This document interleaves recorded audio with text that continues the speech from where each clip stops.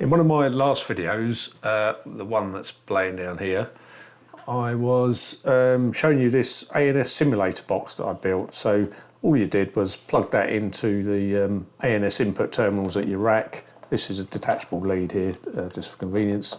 And then by adjusting this dial here, you can control the return voltage going back into the ANS input.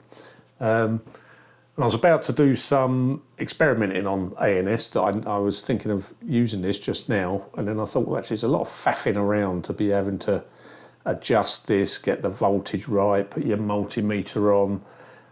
If you watch this video, then you'll see what I mean. It works absolutely perfectly, but I didn't want to have to keep adjusting this, get the volume right and everything. Sorry, the voltage right by twiddling this about. So I come up with an idea to perhaps we can automate it. So let's just get the concept here. It doesn't really look that great on the screen, but never mind. Let me just turn this other video off so you can see me better. There you go. Right, so this is the idea. So I want a little box, and it'll have 4 buttons, 1, 2, 3, 4, and these will be momentary push buttons. So you push it once and then it's active, or you push one of the other ones and it's active. So I want one button to simulate a low ambient noise, okay, and then another button to simulate a high ambient noise, and then I want 2 fault buttons, one to give a condition of there being too low a voltage, so the voltage is dropped below the threshold and gives a fault. Or on the other extreme, it might be too high a voltage. So if I press this, too low a voltage. If I press this, then it simulates the ambient noise entering the ANS being quite low. If I press this, it will simulate the ambient noise being high.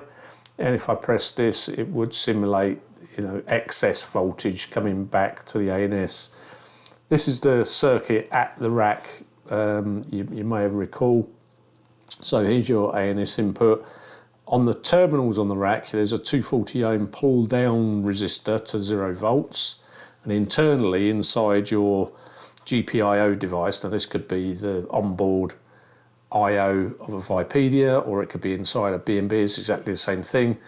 But you've got this 4.7K pull-up resistor to 5 volts as well. So all of this is influencing the voltage at this point coming in from your ANS, okay?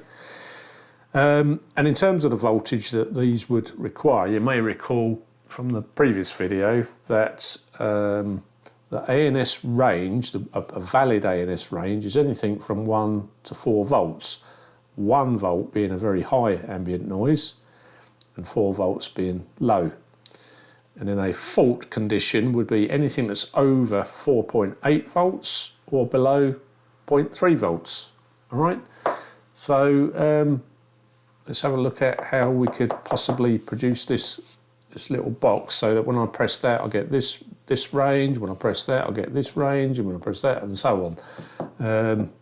And it needs to latch. I just want to press it once, release, and have this voltage regulated to one of these conditions. All right. Okay. So in a sort of modular format, then, so sort of the building blocks of what we need to do. First of all, we need some voltage references. So whatever this device is going to comprise of, we need to produce 1, 2, 3, 4 voltage references to put into our ANS input. So we need a 0.3, then we need another one of anything between 4 to 4.7. And the reason I say that is ANS range is 1 to 4, but you don't get a fault until it reaches 4.8. So we could go right up to say 4.7 and not be in a fault condition. And I'd rather push it slightly beyond 4 volts so that if there's any sort of tolerance or it fluctuates up and down slightly, if it goes slightly below, it's not going to increase the equivalent ambient noise, if you see what I mean. So I'd rather it's sort of 4.1, perhaps 4.2, something like that. Okay, and then we need another voltage at 0.4 to 1 volt, so that's just above our 0.3 volt fault condition. and up to 1 volt. So 1 volt being a very high ambient noise. Okay, if you start to go above 1 volt, then it's not quite so high ambient noise, and the closer you get to 4, it's low ambient noise condition, right?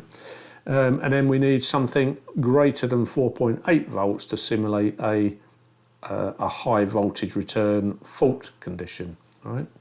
So that's what we need to start with, is being able to generate these fairly precise voltage conditions as our starting point. And then we'll have momentary push buttons. This is the symbol for a momentary push button. You push this down and obviously it makes contacts across here. So you push it and it springs back up, okay?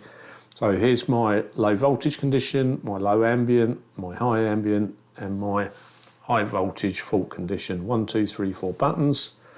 And then depending on which we press here, we can need some kind of switch to jump between, you know, the corresponding voltage reference, don't we? So if I press that, I need this to be fed through. If I press that, I need this to be fed through. And then we would need some kind of output stage to take that voltage and feed it into the ANS. Now, because this ANS input has got also those pull up and pull down resistors that I showed you, you know, that's having an influence on the voltage here, in addition to whatever we're pumping out here. So we need to kind of regulate this. We need to monitor what's at this point and feed that back into our output stage and use that to regulate this to exactly whatever we've selected over here. Right, so how do we do that? Let's have a look. Okay, to start with then, the voltage references, so these guys down here, we need to be able to have a fairly accurate way of deriving those voltages regardless of whatever our starting input voltage is, our supply voltage. We need to get a reference that's controlled to be within the right tolerance and the right range, okay? So I'm going to start off by using these. I don't know if you can see it quite on the camera, but that's there is a Zener diode, all right? And I've just got I think that's a 1K resistor, doesn't really matter, probably could use a 10K and there'd be less current going through, it's minimal anyway. So that's a Zener diode, all right? So what happens is that you can see this, it's actually, there's a little black line there, sorry you can't see it on the camera. So this is going to be my positive supply coming up through this resistor, through this Zener diode, and it will break down because this is reverse bias, okay? Now I'll just connect up my supply voltage here. Okay, and I've got basically 6 volts coming in here at the moment. If I measure here, you can see we got 4.3 volts, okay? I'm just going to crank up my supply voltage to say 8 volts. There we go, so coming in here now I've got 8 volts and I've still got 4.3 volts here. I'll turn it down to say 5 volts. Still at 4.3, 5 volts coming in now. So it doesn't really matter what supply I put here to a degree. If I put too much, then you'll damage the diode. But you can see this diode is actually regulating that voltage to be exactly 4.3. Now this is actually, believe it or not, from a cheap manufacturer. Let me show you. Get a great big box of them like that for next to nothing basically. So these are really crusty old diodes, but I don't care. So this was a 4.7 volt. I'm getting 4.3, don't care, that's within my range. So I happen to have that available, so that's what I'm going to use. So that's the starting point. And all we've got to do now is probably find some more Zener diodes that give me the other voltages, or I use a combination of diodes and some voltage dividers using resistors to achieve all of my 4 voltages that I require. All right, so that's that sort of stage ready, or will be ready once I've do all the 4. Okay, that's that part. Right, so that's the plan for these voltage references then. So we've already got this one. So this one we're covered. We've got a 4.3 volt nice reference there, but I've just got to come up with these other ones. Now, what about this? So how do we then switch from any one of these references and send that to our output? So we need some kind of select switch. That could be a mechanical thing, but I don't really want that because we've got nice little push buttons. I don't want a mechanical clunky thing that's horrible to use and likely to fail over a period of time. At any rate, one chip that I quite commonly use, and I was looking through my little stock of ICs, but I did recently buy, for another project, a whole load of these 4051s. So a 4051, that is the chip in there. I've used that for quite a lot of audio projects actually, and it's an analog multiplexer. So let's just take a quick look at the data sheet. Right, here you go, is the data sheet for it. So for the 4051, it actually covers several iterations, not just the 4051, that's why there's that X there. Now if we look just here, this is the 4051, look, it's kind of a block diagram representation of how it works. It's not physically like this at all, but it helps you understand what it does. So basically you've got a common I/O here, can be an input or an output. And then you've got these 8 channels over this side. Again, they can be input or output. It can flow this way or it can flow that way. And if you're looking at this now, you can probably guess that if I put my binary 000 or 001 or whatever on these 3 pins here, it will select the corresponding channel. Okay, so if I put low, low, low, or 000, then channel 0, this is effectively hardwired through to this common I/O. If I put 001, then channel 1 would be connected to common. 010, channel 2, and 011, that'd be channel 3. So there's my 4 references that I need. So I can connect my first voltage reference here, my second one here, my third one here, my fourth one here. Not worried about these 4. They're spare, okay, just don't need to use them.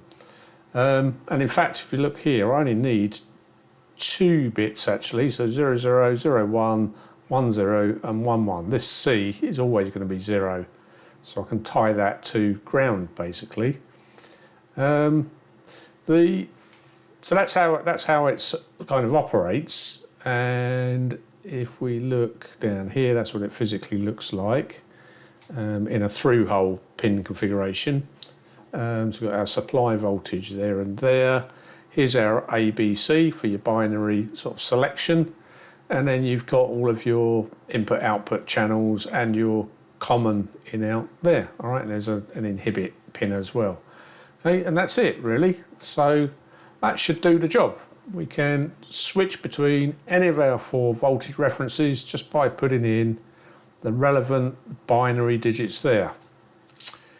Now, how do we do that? So we've got a single push button for each of the voltage options, if you remember, but how do we get the first button to give me a 00, the next button to give me a 01, and the next one a 10, and the next one a 11?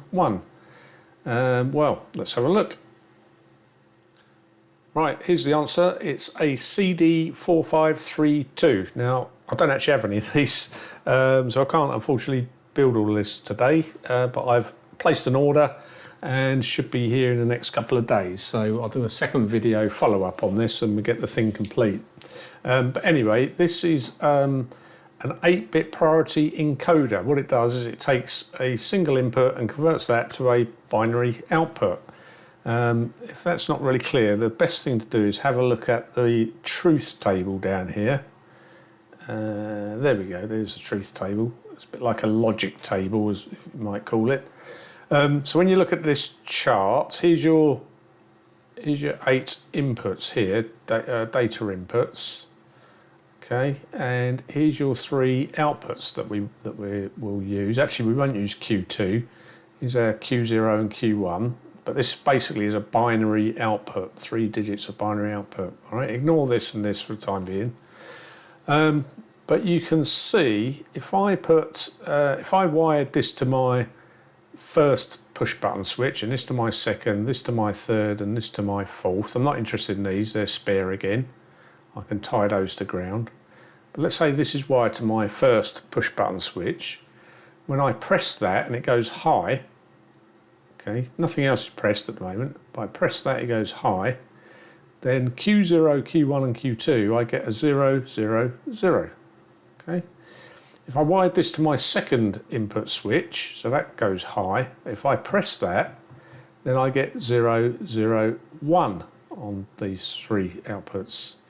And if I do my third switch here, I get 0, 1, 0, and my fourth switch here, I get 0, 1, 1. So I'm not interested in this Q2, they're all zeros. I'm only interested in this 0, 0, 0, 1, 1, 0, 1, 1. But that should work perfectly.